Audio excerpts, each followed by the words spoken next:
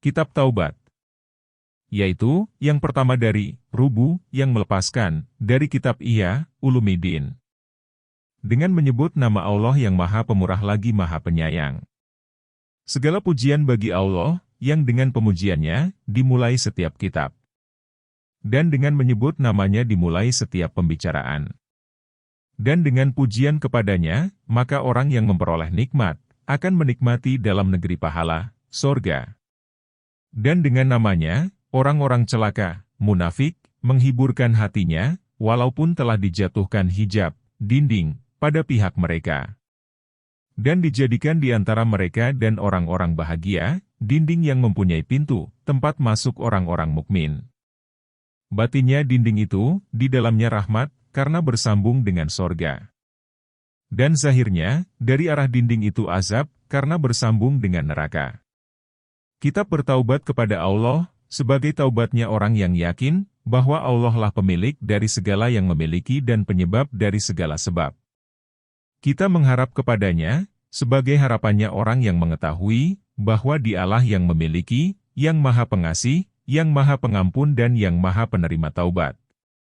Kita campurkan takut dengan harapan kita itu, sebagaimana dicampurkan oleh orang yang tidak ragu, bahwa Dia itu bersama Dia-Nya pengampun dosa dan penerima taubat, adalah sangat pedih siksaannya. Kita berselawat kepada Nabi-Nya Muhammad, kepada keluarganya dan para sahabatnya, selawat yang melepaskan kita dari huru-hara ketakutan dari tempat melihat, pada hari dibawa kepada Allah, Yaumul Adl, dan hitungan amal, Yaumul Hisab. Dan selawat yang menyediakan bagi kita pada sisi Allah, kedekatan dan baik tempat kembali. Adapun kemudian, maka sesungguhnya taubat dari dosa, dengan kembali kepada Tuhan yang Maha Penutup segala kekurangan dan yang Maha Tahu segala yang gaib itu, adalah permulaan jalan orang-orang yang berjalan kepada Allah, orang-orang salik, modal orang-orang yang memperoleh kemenangan, permulaan tampilnya orang-orang yang berkehendak pada jalan Allah. Kunci kelurusan tegak orang-orang yang cenderung pada hal-hal yang syubhat, diragukan, tempat muncul pemilihan dan penyaringan bagi orang. Orang yang mendekatkan diri kepada Allah, Al-Muqarrabin. Dan bagi Bapa kita Adam rahmat dan sejahtera dan kepada nabi-nabi lainnya semua. Alangkah layaknya bagi anak-anak, mengikuti bapak-bapak dan nenek-nenek. Maka tidak ragu lagi, bahwa anak Adam telah berbuat dosa dan berbuat kesalahan. Maka itu adalah tabiatnya, sifatnya, yang diketahuinya dari Ahzam, yang mengatakan, siapa yang menyerupai ayahnya, maka dia itu tidak berbuat zalim, menganiaya. Akan tetapi bapak, apabila ia menempelkan sesudah ia pecahkan, niscaya ia bangunkan sesudah ia runtuhkan. Maka hendaklah mengikuti bapak itu pada masing-masing dua tepi, pada negatif dan pada positif, pada ada dan pada tidak. Sesungguhnya Nabi Adam telah mengetuk gigi penyesalan, menyatakan penyesalannya. Ia sangat menyesal atas apa yang telah diperbuatnya dahulu dan telah berlalu itu. Maka siapa yang mengambilnya menjadi ikutan pada dosa, tanpa taubat, niscaya dengan yang demikian, telah tergelincirlah tapak kakinya. Akan tetapi, menjurus kepada semata-mata kebajikan, adalah sifat para malaikat yang mendekatkan diri kepada Allah. Dan menjurus kepada kejahatan, tanpa kembali kepada kebaikan, adalah sifat setan-setan. Dan kembali kepada kebajikan, sesudah jatuh dalam kejahatan, adalah penting bagi para anak Adam. Maka yang menjuruskan dirinya bagi kebajikan, adalah malaikat yang mendekatkan dirinya pada sisi raja yang memiliki hari agama, Allah Ta'ala. Dan yang menjuruskan dirinya bagi kejahatan, adalah setan. Dan yang membaik dari kejahatan, dengan kembali kepada kebajikan, pada hakikat maknanya itulah insan. Sesungguhnya telah bercampur pada tanah kejadian insan, dua campuran. Dan menyertai padanya dua sifat, tabiat. Dan setiap hamba, manusia, itu, disyakan keturunannya, ada kalanya kepada malaikat atau kepada Adam atau kepada setan. Maka orang yang bertaubat itu, telah menegakkan dalil, atas sah keturunannya kepada Adam, dengan selalu menggunakan batas insan. Dan orang yang berkekalan atas kezaliman, mendaftarkan dirinya pada keturunan setan. Adapun pengesahan keturunan kepada malaikat, dengan menjurus semata-mata kebajikan, maka ia keluar dari batas kemungkinan. Sesungguhnya kejahatan itu diremas, digodok, bersama kebajikan, pada tanah kejadian Adam, penggodokan yang teguh sekali, yang tidak dapat dilepaskan, selain oleh salah satu dua api penyesalan atau api neraka jahanam. Maka dibakarkan dengan api itu perlu, pada memurnikan zat, jauhar, benda, barang, insan, dari kekejian setan. Dan terserah kepada Anda sekalian, memilih yang termudah dari dua api tersebut. Dan bersegera kepada yang lebih ringan dari dua kejahatan itu, sebelum dilipatkan, digulungkan, kain permadani pemilihan. Dan dihalaukan ke negeri darurat. Ada kalanya, ke sorga dan ada kalanya ke neraka. Apabila adalah taubat itu, kedudukannya pada agama, kedudukan ini, niscaya wajiblah mendahulukannya pada memulai, rubu yang melepaskan, dengan penguraian hakikat, maknanya, syarat-syaratnya, sebabnya, alamatnya, buahnya, bahaya-bahaya yang mencegah daripadanya dan obat-obat yang memudahkan baginya. Dan akan jelas yang demikian itu, dengan menyebutkan 4 sendi, 4 rukun. Sendi pertama, mengenai diri taubat sendiri, penjelasan batasnya dan hakikat maknanya. Dan bahwa taubat itu wajib segera dan atas semua orang dan dalam semua hal. Dan taubat itu apabila telah sah, niscaya diterima. Sendi kedua, tentang apa, yang daripadanya itu taubat, yaitu, dosa. Dan penjelasan pembahagian dosa, kepada dosa kecil dan dosa besar. Dan apa yang menyangkut dengan hamba dan apa yang menyangkut dengan hak Allah Ta'ala.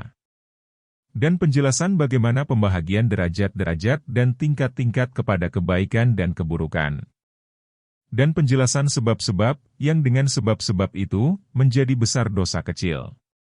Sendi ketiga, mengenai penjelasan syarat-syarat taubat, berkekalannya dan bagaimana memperbaiki kembali apa yang telah lalu, dari perbuatan-perbuatan zalim. Bagaimana menutup dosa-dosa itu. Dan penjelasan bahagian-bahagian orang-orang yang taubat pada berkekalan taubatnya. Sendi keempat, tentang sebab yang menggerakkan kepada taubat dan bagaimana cara pengobatan pada melepaskan ikatan kekekalan dari orang-orang yang berbuat dosa.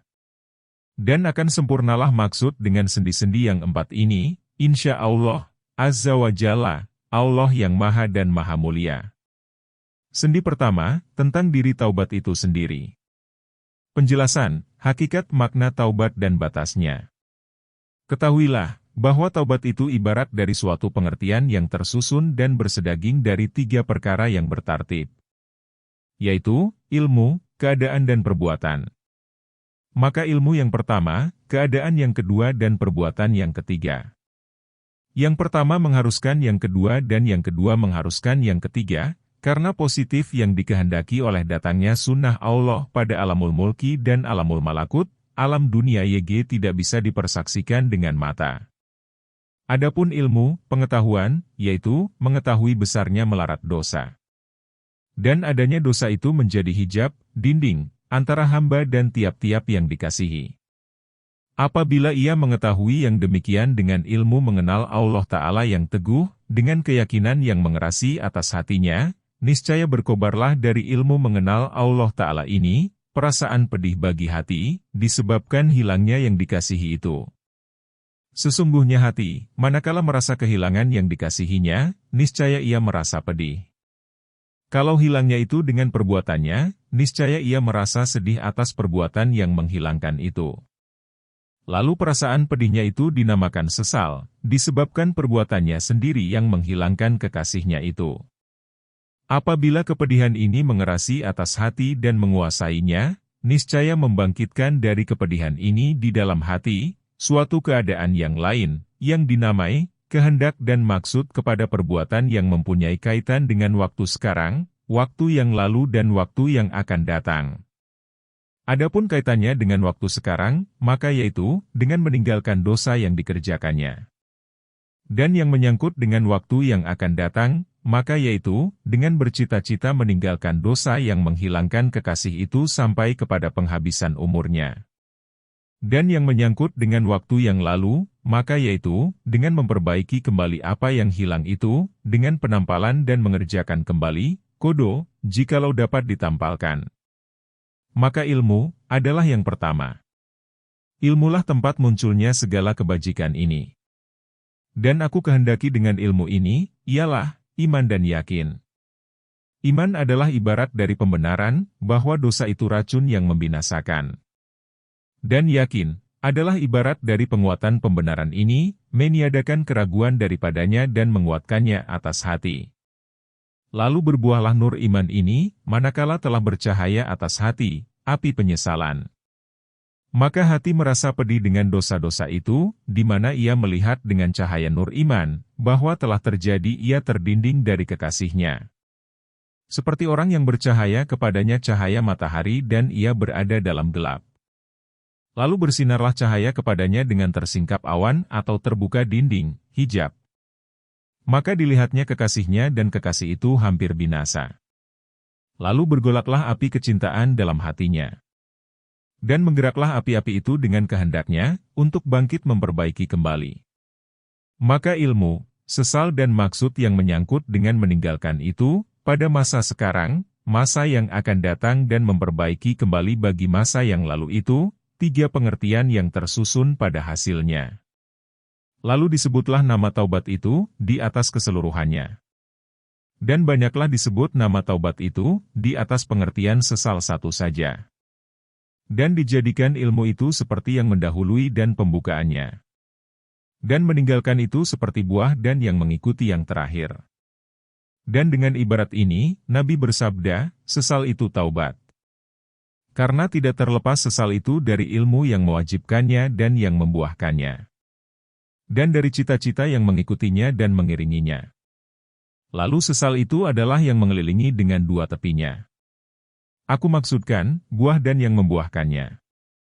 Dan dengan ibarat ini, dikatakan mengenai batas taubat itu, bahwa batasnya itu pencairan isi perut, karena apa yang telah terdahulu dari kesalahan. Maka ini mendatangkan kepedihan semata-mata. Dan karena itulah, dikatakan, itu adalah api dalam hati yang menyala-nyala dan pecahan dalam jantung yang tidak dapat bersedaging lagi. Dengan ibarat pengertian meninggalkan, dikatakan mengenai batas taubat, bahwa batas taubat itu, mencabut, membuka pakaian yang menjauhkannya dan mengembangkan permadani kesetiaan, kepada yang dikasihinya. Sahal bin Abdullah At-Tusturi mengatakan, taubat itu penggantian gerakan-gerakan yang tercela, dengan gerakan-gerakan yang terpuji. Dan yang demikian tiada akan sempurna, selain dengan hilwah, bersemedi, berdiam diri dan memakan yang halal. Dan seakan-akan Sahal bin Abdullah At-Tusturi tadi mengisyaratkan kepada pengertian ketiga dari taubat. Dan ucapan-ucapan orang yang terkemuka tentang batas taubat itu, tidak terhingga banyaknya. Apabila Anda telah memahami pengertian yang 3 ini, yang bergantung dengan dia dan susunannya, niscaya Anda mengetahui, bahwa semua yang dikatakan tentang batas-batas taubat itu, tidak sampai untuk mengetahui semua pengertiannya. Mencari ilmu dengan hakikat, makna segala hal itu lebih penting daripada mencari kata-kata semata-mata. Penjelasan, wajib taubat dan keutamaannya. Ketahuilah, bahwa wajib taubat itu nyata dengan hadis-hadis dan ayat-ayat. Dan itu terang dengan nur mata hati pada orang yang terbuka mata hatinya. Dan Allah membuka dengan nur iman, dadanya. Sehingga ia sanggup berusaha dengan cahayanya, yang di hadapannya, dalam gelap gulita kebodohan. Tidak memerlukan kepada penunjuk jalan, yang menunjukkannya pada setiap langkah. Orang yang berjalan itu, ada kalanya buta, yang memerlukan kepada penunjuk jalan pada langkah yang dilangkahkannya. Ada kalanya ia melihat, yang diberi petunjuk kepada permulaan jalan. Kemudian, ia mendapat petunjuk sendiri. Begitu juga, manusia pada jalan agama, yang terbagi mereka akan pembahagian ini. Maka orang yang pendek ilmunya, yang tidak sanggup melampaui taklid, turut-menurut, dalam langkahnya, maka ia memerlukan kepada mendengar pada setiap langkah, akan dalil dari kitab Allah atau sunnah Rasul-Nya. Kadang-kadang memerlukan yang demikian kepadanya, lalu ia terheran-heran. Perjalanan orang tersebut, walaupun panjang umurnya dan sangat kesungguhannya itu singkat. Dan langkah-langkahnya pendek. Dan dari orang yang berbahagia, yang dilapangkan oleh Allah dadanya bagi agama Islam, maka dia itu di atas nur dari Tuhannya. Lalu ia sadar dengan sedikit isyarat untuk menempuh jalan yang susah dan memotong rintangan-rintangan yang memayahkan. Dan bersinarlah dalam hatinya, cahaya Al-Quran dan cahaya iman. Dan karena sangat bersinar batinnya, ia merasa cukup dengan sedikit penjelasan saja. Maka dia seakan-akan menghampiri minyak yang bercahaya, walaupun tidak disentuh oleh api. Maka apabila disentuh oleh api, niscaya dia itu cahaya di atas cahaya, yang diberi petunjuk oleh Allah bagi cahayanya, akan siapa yang dikehendakinya. Dan ini tidak memerlukan kepada dalil yang dinukilkan dari Al-Quran dan Al-Hadis pada setiap kejadian. Maka orang yang ini keadaannya, apabila berkehendak mengetahui wajib taubat, maka pertama-tama ia melihat dengan cahaya mata hati kepada taubat, apakah taubat itu? Kemudian, ia melihat kepada wajib, apakah artinya? Kemudian, ia mengumpulkan antara arti wajib dan taubat. Maka ia tidak ragu pada adanya wajib itu bagi taubat. Dan yang demikian itu, dengan diketahuinya, bahwa arti wajib, ialah, apa yang menjadi wajib pada sampainya kepada kebahagiaan abadi dan kelepasan dari kebinasaan abadi. Maka sesungguhnya jikalau tidaklah ada sangkutan kebahagiaan dan kebinasaan dengan memperbuat sesuatu dan meninggalkannya, niscaya tidaklah mempunyai arti bagi sifatnya itu, dengan dia itu wajib. Perkataan orang yang mengatakan, dia itu telah menjadi wajib dengan diwajibkan, adalah perkataan semata-mata, tiada faedahnya. Maka apa yang tiada maksudnya bagi kita, sekarang dan masa yang akan datang, pada membuatnya dan meninggalkannya, niscaya tiada artinya bagi pekerjaan kita dengan perbuatan tersebut. Diwajibkan atas diri kita oleh orang lain atau tidak diwajibkannya. Apabila telah diketahui arti wajib dan bahwa wajib itu jalan kepada kebahagiaan abadi dan ia tahu bahwa tiada kebahagiaan pada negeri kekal, selain pada menjumpai Allah Ta'ala dan bahwa setiap yang terdinding daripadanya, tidak mustahil ia merasa celaka, yang mendindingi, di antara dia dan yang dirinduinya. Yang terbakar dengan api perceraian dan api neraka jahanam dan ia tahu bahwa tidaklah yang menjauhkan dia daripada menemui Allah, selain mengikuti nafsu syahwat dan jinak hati dengan dunia yang fana ini dan menelungkup mencintai apa yang sudah pasti akan diceraikan dan ia tahu bahwa tidak ada yang mendekatkan kepada menemui Allah, selain memutuskan hubungan hati dari perhiasan dunia ini dan menghadapkan diri secara keseluruhan kepada Allah. Karena mencari kejinakan hati kepadanya, dengan berkekalan berzikir kepadanya dan karena mencintainya, dengan mengenal kebesarannya dan keelokannya, menurut kadar kemampuannya dan ia tahu, bahwa dosa itu, ialah, berpaling dari Allah. Mengikuti yang disayangi setan, musuh Allah, yang menjauhkan dari hadlaratnya, maka itu adalah sebab adanya dia itu terdinding, terjauh daripada Allah Ta'ala. Maka tidak diragukan bahwa berpaling dari jalan jauh itu wajib untuk sampai kepada dekat. Dan sesungguhnya sempurna berpaling itu dengan ilmu, sesal dan cita-cita. Sesungguhnya selama ia tidak tahu bahwa dosa itu menjadi sebab jauh dari yang dikasihi, niscaya ia tidak menyesal dan tidak merasa sakit, dengan sebab jalannya pada jalan jauh. Dan selama ia tidak merasa sakit, maka ia tidak kembali. Dan arti kembali itu, ialah, meninggalkan apa yang dikerjakan dan bercita-cita tidak kembali lagi kepada dosa itu. Maka tidak diragukan lagi, bahwa pengertian yang tiga itu penting untuk sampai kepada yang dikasihi. Dan begitulah adanya iman yang hasilnya dari nur mata hati. Adapun orang yang tidak ahli bagi kedudukan yang seperti ini, yang tinggi tingkatnya, dari batas-batas kebanyakan orang, maka pada turut, menurut dan mengikutinya itu jalan yang lapang, yang menyampaikannya kepada kelepasan daripada kebinasaan. Maka hendaklah diperhatikan, padanya firman Allah, sabda Rasulnya dan perkataan ulama terdahulu yang syalih-syalih. Allah Ta'ala berfirman, dan bertaubatlah, kembalilah, kamu sekalian kepada Allah, hai orang-orang beriman, mudah-mudahan kamu beroleh kemenangan. Surat 24 An-Nur ayat 31. Ini adalah perintah secara umum. Allah Ta'ala berfirman, hai orang-orang yang beriman, bertaubatlah, kembalilah, kamu kepada Allah, sebagai taubat nasyuha, taubat yang sebenarnya. Surat 66 At-Tahrim ayat 8. Arti nasyuha, ialah bersih, semata-mata karena Allah Ta'ala, terlepas dari segala campuran. Perkataan nasyuha, diambil, asal katanya, dari nasyhu, atas kelebihan taubat itu, ditunjukkan oleh firman Allah Ta'ala, sesungguhnya Allah menyukai orang-orang yang bertaubat dan menyukai orang-orang yang membersihkan dirinya. Surat 2 Al-Baqarah ayat 222. Nabi bersabda, orang yang bertaubat itu kekasih Allah.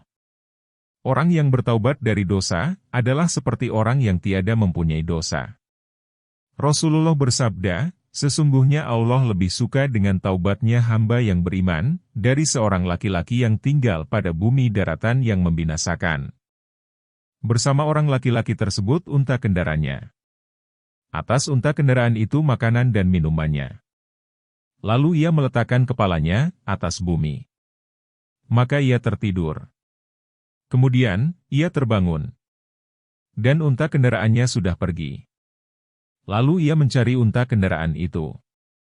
Sehingga tatkala telah bersangatan panas hari padanya dan haus, atau apa yang dikehendaki oleh Allah, maka ia mengatakan pada dirinya, aku akan kembali ke tempatku semula, di mana aku ada padanya. Maka aku tidur di situ sampai aku mati. Maka diletakkannya kepalanya atas lengannya, supaya ia mati. Kemudian, ia terbangun. Tiba-tiba unta kendaraannya itu sudah ada di sisinya, yang di atasnya perbekalan dan minumannya. Maka Allah Ta'ala sangat gembira dengan taubatnya hamba yang beriman dari laki-laki ini, dengan unta kendaraannya. Pada setengah bunyi hadis, Allah Ta'ala berfirman, dari sangat gembiranya, apabila orang itu berkehendak bersyukur kepada Allah, aku Tuhanmu dan engkau hambaku.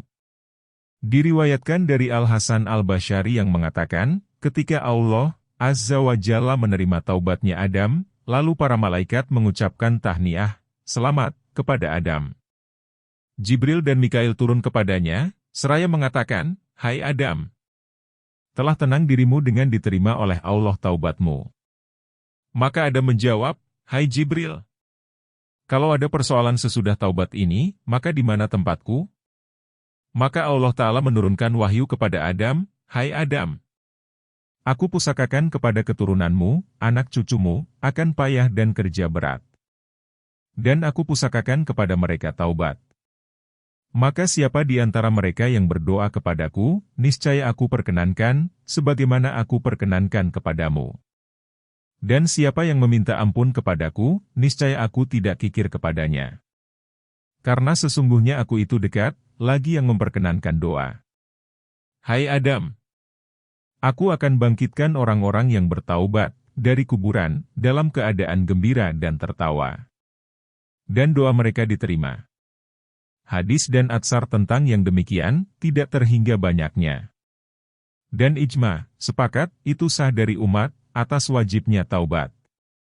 Karena artinya, tahu, bahwa dosa dan perbuatan maksiat itu membinasakan dan menjauhkan daripada Allah Ta'ala. Dan ini masuk dalam kewajiban iman. Akan tetapi, kadang-kadang orang-orang yang lalai itu, merasa heran dari yang demikian. Maka arti tahu ini, ilmu ini, ialah menghilangkan kelalaian tersebut. Dan tiada perbedaan pendapat tentang wajibnya taubat itu. Dan di antara arti taubat, ialah meninggalkan perbuatan-perbuatan maksiat sekarang juga. Dan bercita-cita akan meninggalkannya pada masa depan.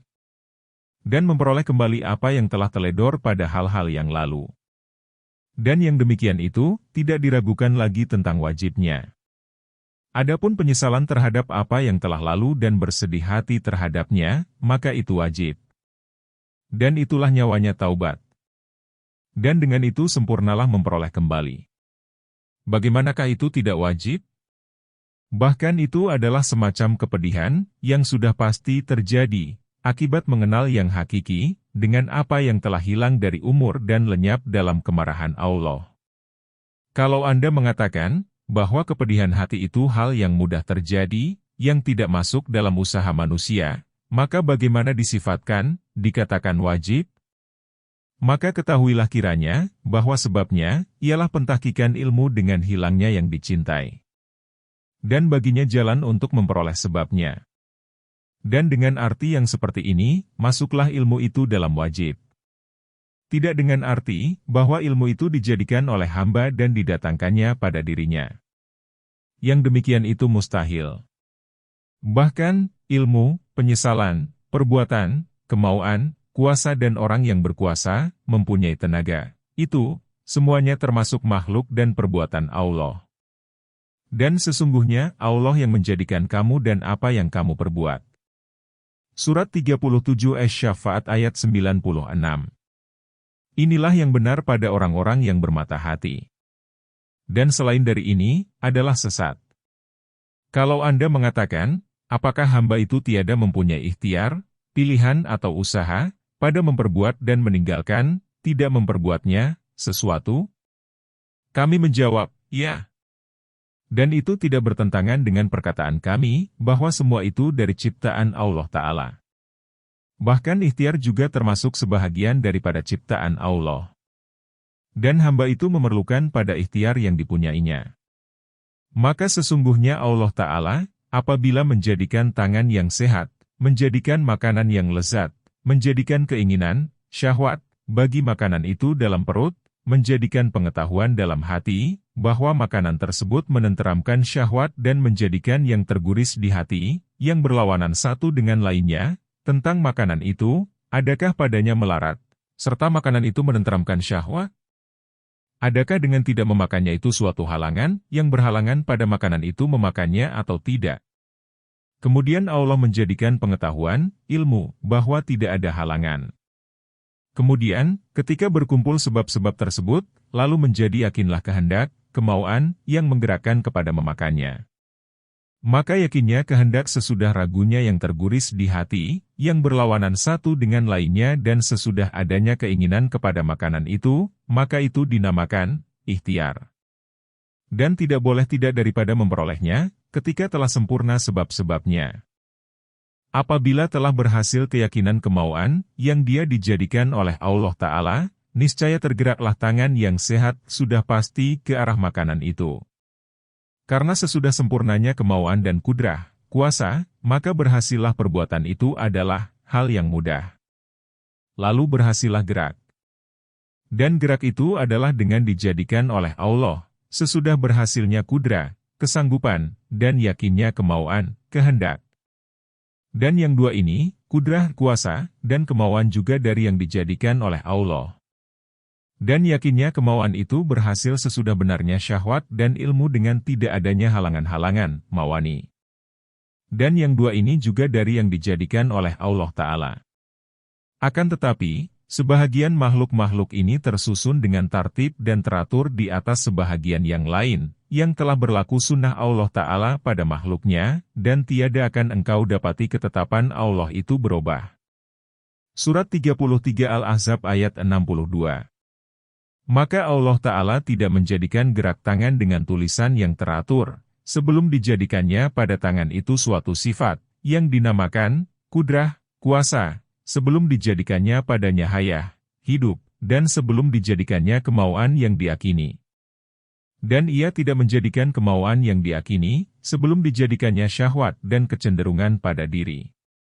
Dan kecenderungan ini tidak tergerak dengan sempurna, sebelum dijadikannya ilmu, tahu, bahwa itu bersesuaian bagi diri. Ada kalanya pada waktu itu juga atau pada waktu mendatang. Dan ia tidak pula menjadikan ilmu, selain dengan sebab-sebab lain, yang kembali kepada gerak, kehendak dan ilmu. Maka ilmu dan kecenderungan tabiat, selalu mengikuti kehendak yang diakini. Dan kemampuan, kudrah, kuasa, dan kehendak, kemauan, selalu sama artinya dengan gerak. Dan begitulah teraturnya pada setiap perbuatan. Dan semua itu adalah dari ciptaan Allah Ta'ala. Akan tetapi sebahagian makhluknya menjadi syarat bagi sebahagian lainnya. Maka karena itulah, harus didahulukan sebahagian dan dikemudiankan sebahagian. Sebagaimana kehendak tidak dijadikan, selain sesudah ilmu. Dan ilmu tidak dijadikan, selain sesudah hidup. Dan hidup tidak dijadikan, selain sesudah tubuh. maka adalah kejadian tubuh itu syarat bagi datangnya hidup. Tidaklah bahwa hidup itu terjadi dari tubuh. Dan adalah kejadian hidup itu syarat bagi kejadian ilmu. Tidaklah bahwa ilmu itu terjadi dari hidup. Akan tetapi, tidaklah disediakan tempat bagi menerima ilmu, selain apabila ada ia hidup. Dan adalah jadinya ilmu itu syarat bagi yakinnya kehendak. Tidaklah bahwa ilmu itu memperanakan kehendak. Akan tetapi tidaklah yang menerima kehendak itu, selain oleh tubuh yang hidup, lagi tahu. Dan tidak masuk dalam wujud, ada, selain yang mungkin ada. Dan bagi mungkin ada itu mempunyai tartib, susunan teratur, yang tidak menerima pengubahan. Karena pengubahannya itu mustahil. Maka manakala telah diperoleh syarat bagi sesuatu sifat, niscaya disediakan tempat baginya untuk menerima sifat itu. Maka berhasillah sifat tersebut dari kemurahan ilahi dan kuasa yang tidak kesudahan, permulaan, ketika berhasilnya penyediaan. Dan manakala bagi penyediaan itu dengan sebab syarat-syarat, mempunyai susunan teratur, niscaya bagi kehasilan segala yang terjadi, dengan perbuatan Allah itu, mempunyai susunan teratur. Dan hamba itu tempat berlakunya segala kejadian yang bertartib tersebut. Dan itu adalah susunan teratur pada kodo, ketetapan, Allah Ta'ala, yang Dia Maha Esa, seperti sekejap mata memandang, suatu susunan teratur keseluruhan yang tiada berubah-ubah. Dan zahirnya itu dengan penguraian, yang ditakdirkan dengan hadar, takdir, yang tiada akan dilampauinya. Dan dari itulah, diibaratkan dengan firman Allah Ta'ala, sesungguhnya segala sesuatu telah kami jadikan, dengan ukuran. Surat 54 Al-Qamar ayat 49.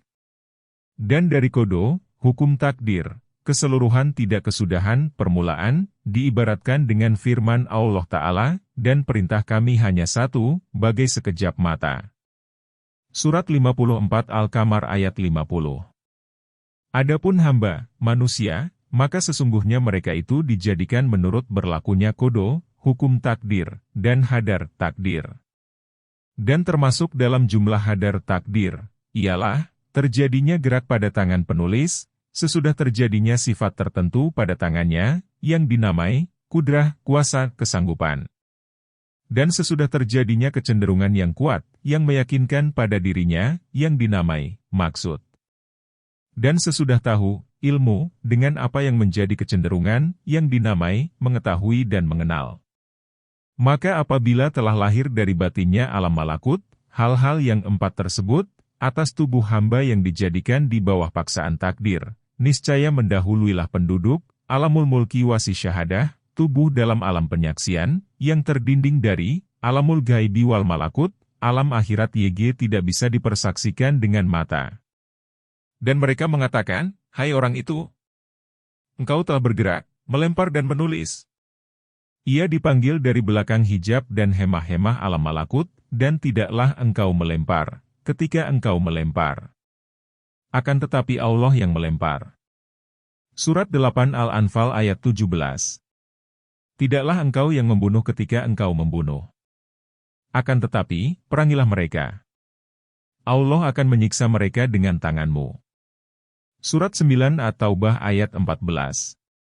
Ketika inilah, lalu heranlah akal orang-orang yang duduk di tengah-tengah alam asy syahadah, alam yang disaksikan dengan mata. Maka sebahagian mengatakan, bahwa itu paksaan semata-mata. Sebahagian mengatakan, bahwa itu ciptaan orang itu sendiri semata-mata.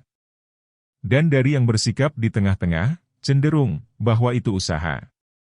Dan jikalau terbukalah bagi mereka pintu-pintu langit, maka mereka melihat kepada alam akhirat YG tidak bisa dipersaksikan dengan mata, kebalikan daripada alam musy syahadah, niscaya nampaklah bagi mereka, bahwa masing-masing tadi benar dari satu segi. Dan keteledoran itu meratai bagi semua mereka. Masing-masing dari mereka tidak mengetahui hakikat makna hal tersebut. Dan ilmunya tidak meliputi dengan semua seginya. Dan kesempurnaan ilmunya itu diperoleh dengan cemerlangnya cahaya dari lobang dinding yang tembus ke alamul gaibi, alam gaib. Dan sesungguhnya Allah Ta'ala Maha Tahu akan alamul gaibi wasi syahadah, alam akhirat YG bisa dipersaksikan dengan mata, yang tidak dinampakkannya kegebannya itu kepada siapa jua pun, selain dari kepada utusan yang diridainya. Kadang-kadang diperhatikannya kepada alam asy syahadah, alam penyaksian, orang yang tidak masuk dalam bagian keridaannya. Dan orang yang dapat menggerakkan ikatan hubungan sebab dan musabab dan mengetahui cara ikatan hubungannya dan cara ikatan yang menyangkut dengan pertaliannya, dengan menyebabkan sebab-sebab, niscaya terbukalah baginya rahasia hadar, takdir. Dan ia tahu dengan penuh keyakinan, bahwa tiada Halik, yang Maha Pencipta, selain Allah dan tiada pencipta, selain Dia. Kalau engkau bertanya, Anda telah menghukum kepada setiap orang yang mengatakan, dengan paksaan, dengan ciptaan dan dengan usaha, bahwa orang itu benar dari satu segi. Dan orang tersebut serta kebenarannya itu teledor. Dan ini bertentangan. Maka bagaimana mungkin memahami yang demikian? Adakah mungkin menyampaikan yang demikian kepada pemahaman dengan contoh? Maka ketahuilah kiranya, bahwa segolongan orang-orang buta telah mendengar bahwa sudah dibawa ke kampungnya, seekor hewan yang ajaib, yang dinamai gajah. Mereka belum pernah sekali-kali melihat bentuk binatang itu dan tidak pernah mendengar namanya. Lalu mereka mengatakan, tak boleh tidak, kami harus melihatnya dan mengenalinya dengan menyentuhnya yang dapat kami sanggupi. Lalu mereka meminta gajah itu. Tatkala mereka sampai kepadanya, lalu mereka menyentuhnya. Maka jatuhlah tangan sebahagian orang-orang buta itu atas dua kaki gajah. Sebahagian yang lain jatuh tangannya atas belalai gajah. Dan sebahagian yang lain, jatuh tangannya atas telinga gajah. Lalu mereka mengatakan, kami telah mengenal gajah. Sesudah mereka pulang, lalu mereka ditanyakan oleh orang-orang buta yang lain. Maka berselisihlah jawaban mereka. Menjawab yang menyentuh kaki, bahwa gajah itu, tidaklah, melainkan seperti tiang yang kasar luarnya. Hanya dia itu lebih lembut dari tiang itu. Menjawab yang menyentuh belalai, tidak seperti yang dikatakan orang tadi. Akan tetapi gajah itu keras, tidak lembut padanya. Licin, tidak kasar padanya. Dan tidak sekali-kali menurut tebalnya tiang, akan tetapi adalah seperti tonggak. Dan menjawab yang menyentuh telinga, demi umurku, gajah itu lembut dan padanya kasar kulitnya. Ia membenarkan salah seorang dari yang dia tadi tentang gajah itu. Akan tetapi ia mengatakan, tidaklah gajah itu seperti tonggak dan tidaklah seperti tiang. Hanya dia seperti kulit yang lebar tebal. Maka masing-masing dari mereka tadi benar dari satu segi, apabila masing-masing menerangkan dari apa yang diperolehnya tentang pengenalan gajah itu. Dan tiada seorang pun keluar dalam ceritanya itu, dari sifat gajah. Akan tetapi, dengan kesimpulan mereka itu, mereka telah teledor, tidak sanggup, mengetahui hakikat makna bentuk gajah itu. Maka lihatlah dengan contoh ini dan ambillah ibarat daripadanya. Itu adalah contoh kebanyakan yang diperselisihkan manusia. Walaupun ini adalah perkataan yang bertolak-tolakan dengan ilmu diminta untuk mengetahuinya saja dan yang menggerakkan ombak-ombaknya. Dan tidaklah itu termasuk maksud kami. Maka hendaklah kita kembali kepada yang sedang kita perbincangkan. Yaitu, penjelasan, bahwa taubat itu wajib dengan semua bahagian-bahagiannya yang tiga, ilmu, tahu, sesal dan meninggalkan. Dan sesal itu masuk dalam wajib. Karena adanya itu terjadi dalam jumlah perbuatan Allah, yang terbatas antara tahu hamba, kemauannya, kehendaknya, dan kudrah, kuasanya, kemampuannya, yang menyelang-nyelangi di antaranya. Dan tidaklah ini sifatnya. Maka nama wajib itu melengkapinya. Penjelasan, bahwa wajibnya taubat itu dengan segera. Adapun wajibnya taubat dengan segera itu, maka tidak diragukan lagi.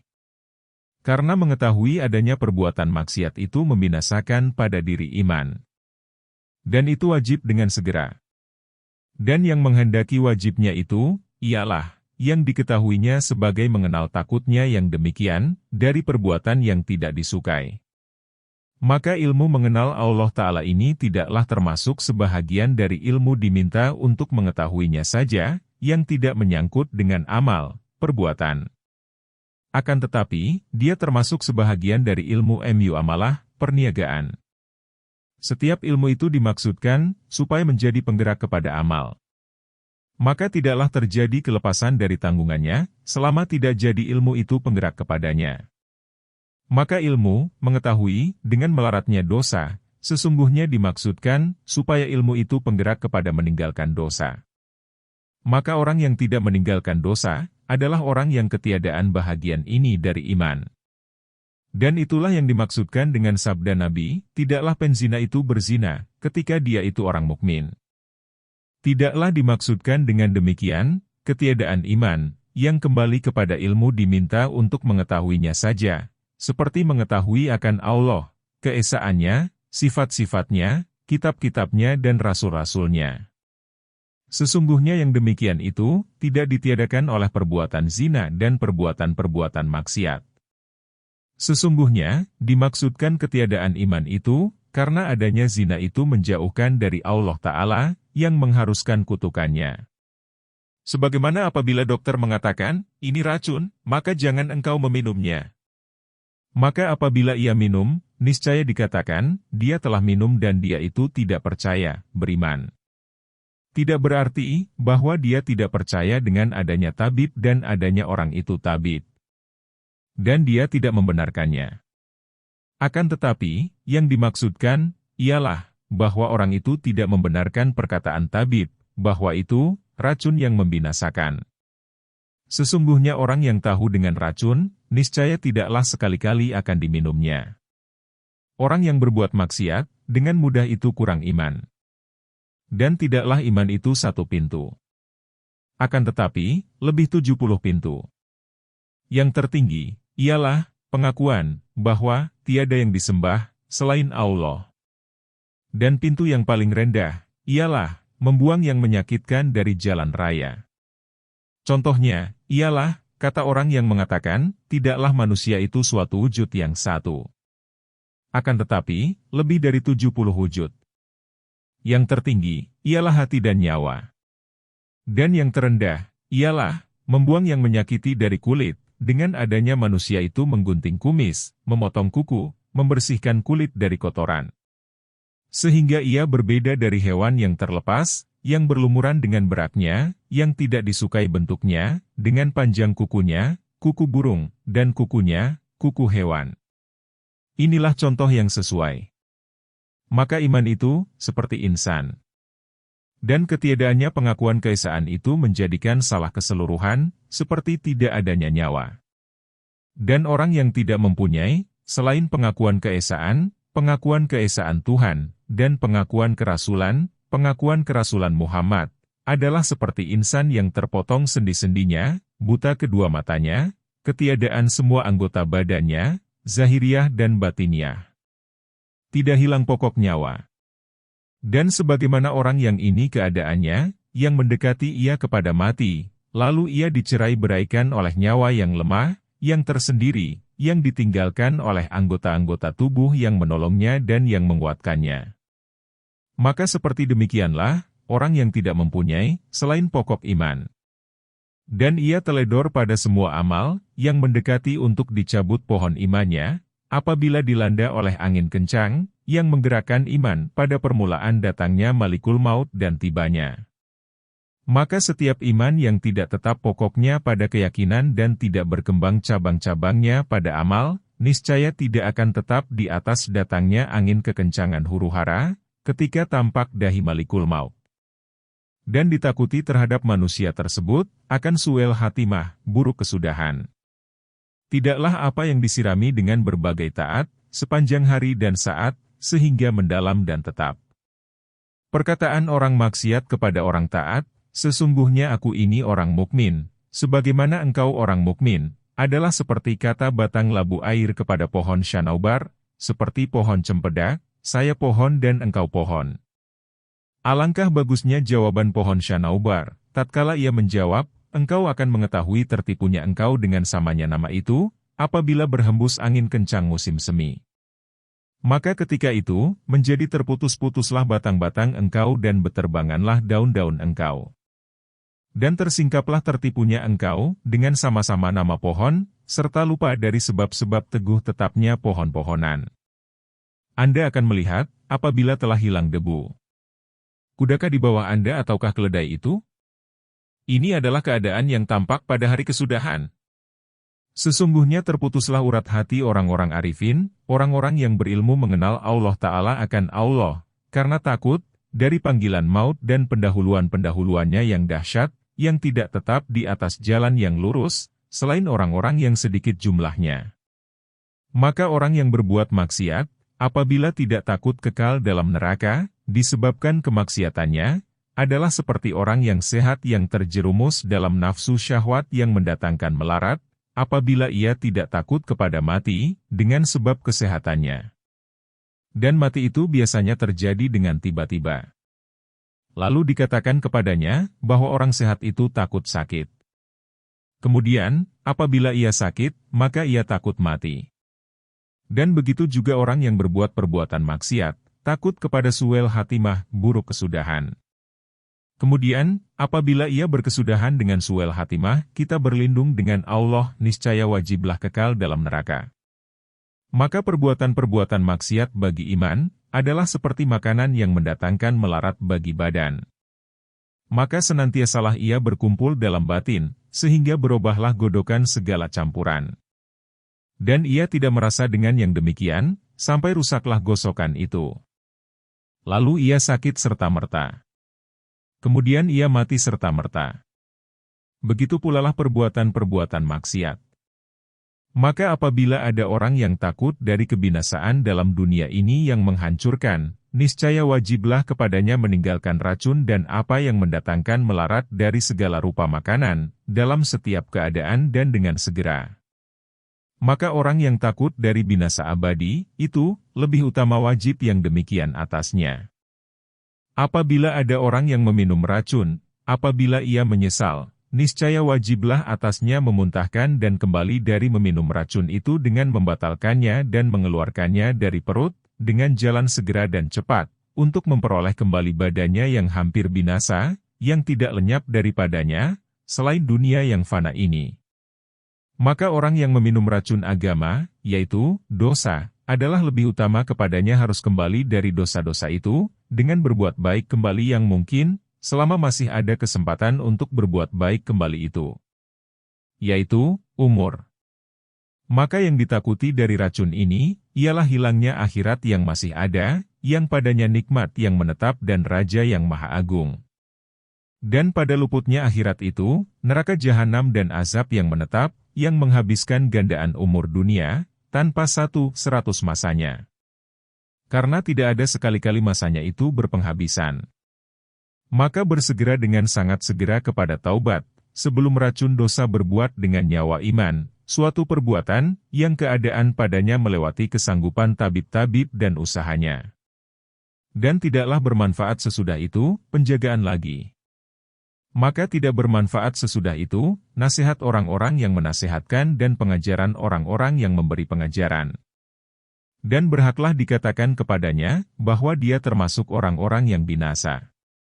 Dan ia termasuk dalam umumnya firman Allah Ta'ala, sesungguhnya kami letakkan belenggu di tengkuk mereka dan sampai ke dagu, maka kepala mereka tertengadah. Dan kami adakan tutup di hadapan dan di belakang mereka. Lalu mereka kami tutup, sebab itu mereka tiada menampak.